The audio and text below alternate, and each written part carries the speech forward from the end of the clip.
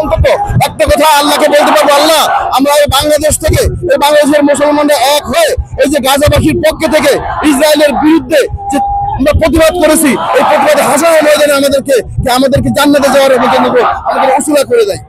ট্রাম্পের অবস্থানটি নিয়ে ট্রাম্প একটা বদমাইশ, ও আসার ট্রাম্প একটা বদমাইশ, ও একটা নাস্তিক, ও একটা ইহুদিদের চক্রান্ত, ও ইহুদিদের পক্ষে থেকে মুসলমানদেরকে এই গাজার আজকে সমস্ত ধ্বংসের কারণ হলো ট্রাম্প আসার পর থেকে শুরু করছে।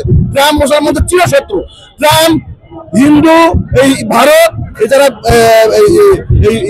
সৌদি আরব, সৌদি আরব সহ যারা আছে, এরা হলো ট্রাম্পের পক্ষে। এরা কিছু কথা বলতে চায় না, কারণ আন্তর্জাতিক ফ্যাসিলিটি তারা কায়েম করছে, তারা সৌদি আরব রাজতন্ত্র কায়েম করছে। সৌদি আরবের বাপের ছেলে রাজা, তার ছেলে রাজা, এটাকে ইস্টাবলিশ করার জন্য ট্রাম্পের পক্ষে নিয়ে কথা বলতেছে।